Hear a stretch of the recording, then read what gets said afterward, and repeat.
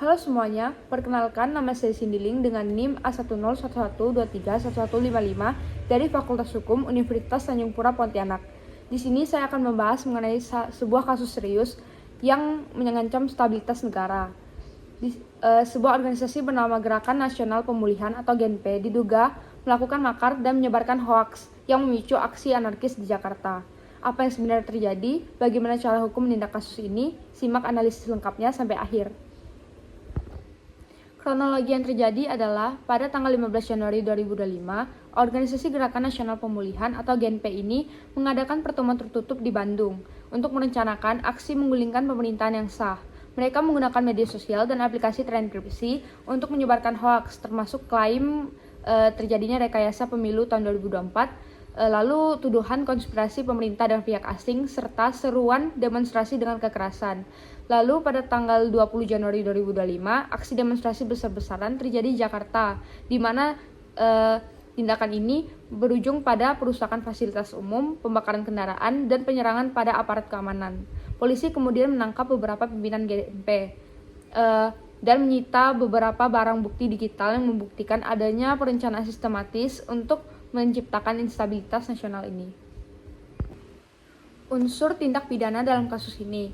Pertama, kita mulai dari tindak pidana makar.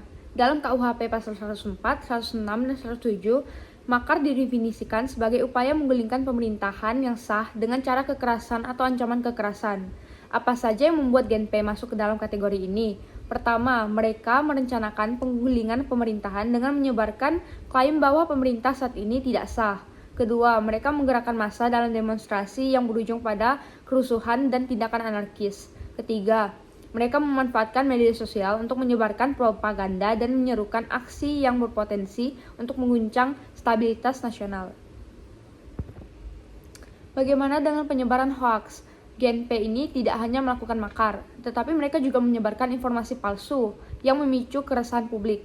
Pada pasal 28 ayat 2 UU ITE nomor 19 tahun 2016 melarang penyebaran informasi yang dapat menimbulkan kebencian atau permusuhan berdasarkan sara. Nah, apa yang mereka lakukan? Pertama, mereka mengklaim bahwa pemilu 2024 telah direkayasa. Lalu kedua, mereka menyebarkan tuduhan konspirasi antara pemerintah dengan pihak asing. Ketiga, mereka juga mengajak masyarakat untuk menolak pemerintahan dengan segala cara, termasuk dengan tindakan kekerasan itu. Nah, dan apa yang paling serius? Kelompok ini juga melakukan penghasutan untuk melakukan kekerasan.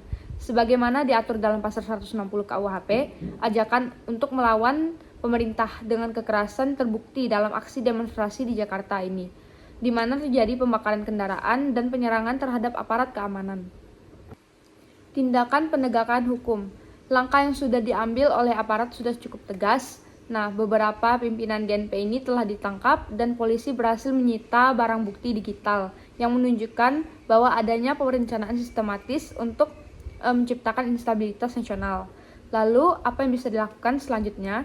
Yang pertama, dilakukan penyelidikan lebih lanjut untuk mengungkap semua anggota yang terlibat. Lalu kedua, bukti digital seperti dokumen, rekaman percakapan, dan unggahan media sosial akan digunakan di persidangan. Lalu ketiga, tersangka akan dijerat dengan pasal berlapis dari KUHP hingga UU ITE. Keempat, bekerja sama dengan Kominfo untuk menutup akses penyebaran hoaks agar provokasi tidak meluas. Kesimpulannya, kasus ini adalah pelanggaran yang serius bagi hukum pidana di Indonesia. Para pelaku bisa menghadapi hukuman berat, bahkan hukuman penjara seumur hidup atau hukuman mati bagi aktor utama yang terbukti menginisiasi tindakan makar tersebut. Langkah tegas aparat sangat penting karena tujuannya bukan hanya untuk menghukum pelaku, tetapi juga untuk mencegah konflik menjadi lebih besar dan menjaga keamanan nasional. Namun bukan hanya aparat yang harus bertindak. Masyarakat juga harus mempunyai peran di sini. Jangan mudah terprovokasi oleh berita hoaks atau palsu di internet, dan harus selalu mencari informasi dari sumber yang terpercaya dan benar. Karena jika terus dibiarkan, kasus seperti ini bisa menjadi ancaman yang besar bagi stabilitas negara di masa depan. Sekian dari saya, mohon maaf bila ada kesalahan kata, saya ucapkan terima kasih.